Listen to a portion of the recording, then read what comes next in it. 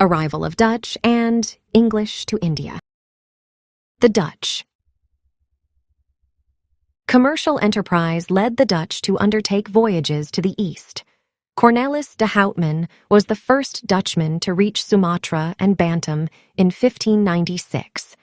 In 1602, the States General of the Netherlands amalgamated many trading companies into the East India Company of the Netherlands. This company was also empowered to carry on war, to conclude treaties, to take possession of territory, and to erect fortresses. Dutch settlements. After their arrival in India, the Dutch founded their first factory in Masulipatam, in Andhra, in 1605. They went on to establish trading centers in different parts of India and thus became a threat to the Portuguese. They captured Nagapattam near Madras, Chennai, from the Portuguese and made it their main stronghold in South India. The Dutch established factories on the Coromandel coast in Gujarat, Uttar Pradesh, Bengal, and Bihar. In 1609, they opened a factory in Pulakat, north of Madras.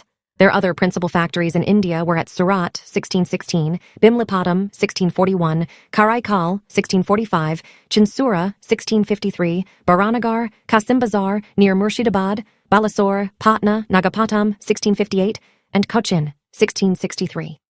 Participating in the redistributive or carrying trade, they took to the islands of the Far East various articles and merchandise from India. They carried indigo manufactured in the Yamuna Valley and central India, textiles and silk from Bengal, Gujarat, and the Coromandel, saltpeter from Bihar, and opium and rice from the Ganga Valley. Anglo-Dutch rivalry. The English were also, at this time, rising to prominence in the Eastern trade, and this posed a serious challenge to the commercial interests of the Dutch. Commercial rivalry soon turned into bloody warfare. The climax of the enmity between the Dutch and the English in the East was reached at Amboina, a place in present-day Indonesia, which the Dutch had captured from the Portuguese in 1605, where they massacred 10 Englishmen and 9 Japanese in 1623. This incident further intensified the rivalry between the two European companies. After prolonged warfare, both the parties came to a compromise in 1667 by which the British agreed to withdraw all their claims on Indonesia, and the Dutch retired from India to concentrate on their more profitable trade in Indonesia. They monopolized the trade in black pepper and spices. The most important Indian commodities the Dutch traded in were silk, cotton, indigo, rice, and opium. Decline of the Dutch in India. The Dutch got drawn into the trade of the Malay archipelago.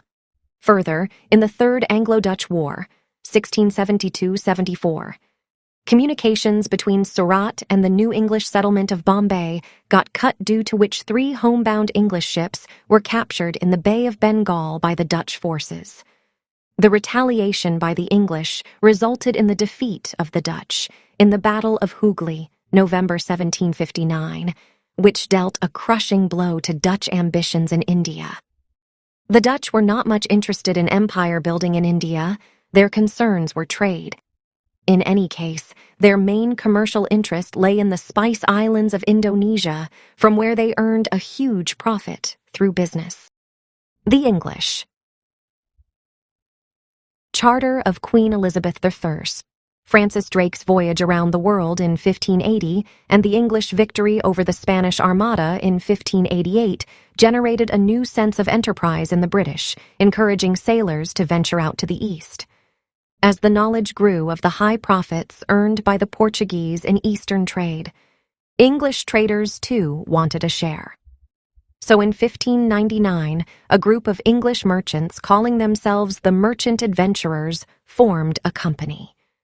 On December 31st, 1600, Queen Elizabeth I issued a charter with rights of exclusive of merchants of London trading into the East Indies. Trading to the company named the Governor and Company initially, a monopoly of 15 years was granted, which in May 1609 was extended indefinitely by a fresh charter. The Dutch were already concentrating more on the East Indies. the English turned to India in search of textiles and other commodities of trade. Progress of the English Company. Foothold in West and South. Captain Hawkins arrived in the court of Jahangir in April 1609 itself, but the mission to establish a factory at Surat didn't succeed due to opposition from the Portuguese, and Hawkins left Agra in November 1611. In 1611, the English had started trading at Masulipatam on the southeastern coast of India, and later established a factory there in 1616. It was in 1612 that Captain Thomas Best defeated the Portuguese in the sea off Surat. An impressed Jahangir granted permission to the English in early 1613 to establish a factory at Surat under Thomas Aldworth.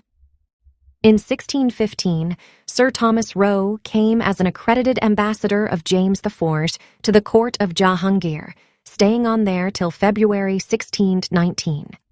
Though he was unsuccessful in concluding a commercial treaty with the Mughal emperor, he was able to secure a number of privileges, including permission to set up factories at Agra, Ahmedabad, and Broach.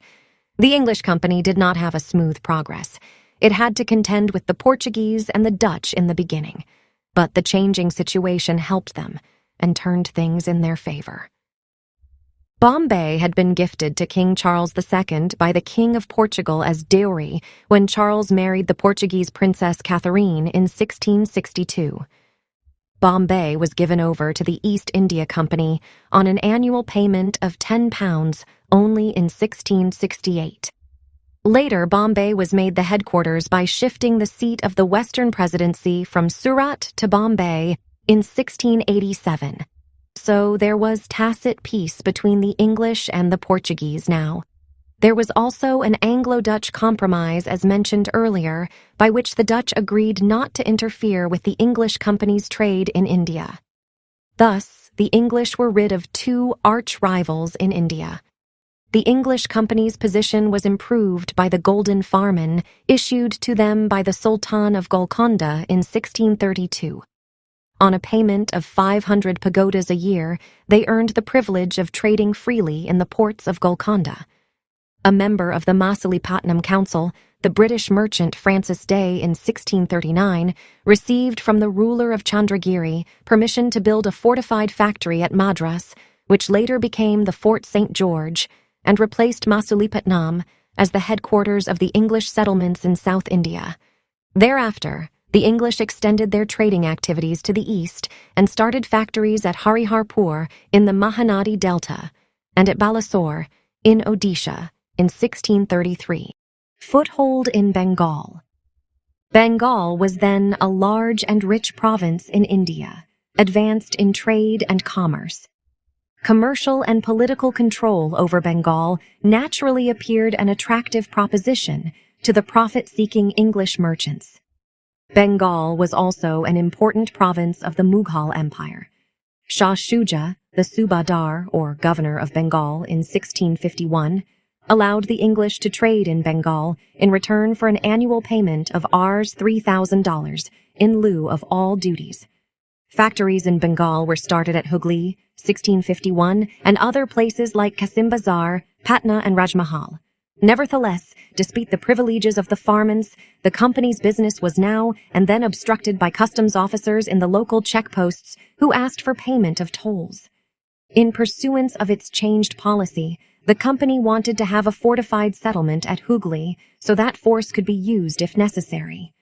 William Hedges, the first agent and governor of the company in Bengal, appealed to Shaista Khan, the Mughal governor of Bengal in August 1682, for redressal of the grievance. As nothing came out of the appeal, hostilities broke out between the English and the Mughals.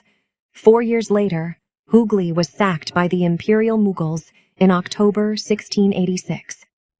The English retaliated by capturing the imperial forts at Thana, modern Garden Reach, raiding Hijli in East Midnapur, and storming the Mughal fortifications at Balasore. However, the English were forced to leave Hooghly and were sent to an unhealthy location at the mouth of the river Ganga. After the Mughal raid on Hooghly, Job Charnock, company agent, started negotiations with the Mughals so to return to a place called Sutanuti. Charnock signed a treaty with the Mughals in February 1690 and returned to Suttanu in August 1690.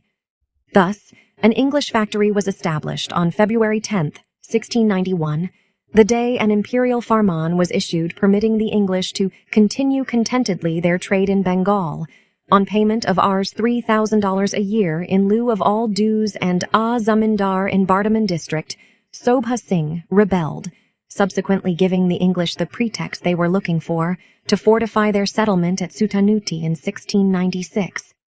In 1698, the English succeeded in getting the permission to buy the zamindari of the three villages of Sutanuti, Gobindapur, and Kaligat, from their owners on payment of Rs. 1,200. The fortified settlement was named Fort William in the year 1700, when it also became the seat of the Easter Presidency, Calcutta, with Sir Charles Eyre as its first president. Farrukhsiyar's Farmans. In 1715, an English mission led by John Surman to the court of the Mughal Emperor Farrukhsiyar secured 3 famous farmans, giving the company many valuable privileges in Bengal, Gujarat, and Hyderabad. The farmans thus obtained were regarded the Magna Carta of the company. Their important terms were: 1. In Bengal, the company's imports and exports were exempted from additional customs duties, excepting the annual payment of 3,000 rupees as settled earlier. 2. The company was permitted to issue dastaks, passes, for the transportation of such goods. 3. The company was permitted to rent more lands around Calcutta. 4. In Hyderabad, the company retained its existing privilege of freedom from duties in trade and had to pay the prevailing rent only for Madras. In Surat, for an annual payment of 10,000 rupees, the East India Company was exempted from the levy of all duties. 5. It was decreed that the coins of the company minted at Bombay were to have currency throughout the Mughal Empire. Apparently, the English East India Company managed to earn a number of trading concessions in Bengal from the Mughal authority by means of flattery and diplomacy. But the English had to vanquish the French before they could be rid of competitors and establish their complete sway over India, merging of 2 English companies. After the English Revolution of 1688, the Whigs, with their enhanced influence, opposed the monopoly of the East India Company. Thus, a rival company was formed, which deputed Sir William Norris as its ambassador to the court of Aurangzeb, January 1701, April 1702, to gain trading privileges for itself. The new company, however, proved a failure. Under pressure from the Crown and the Parliament, the 2 companies were amalgamated in 1708 under the title of United Company of Merchants of England Trading to the East Indies. This was the East India Company from 1708 to 1873, which was to establish British political power in India. Thank you.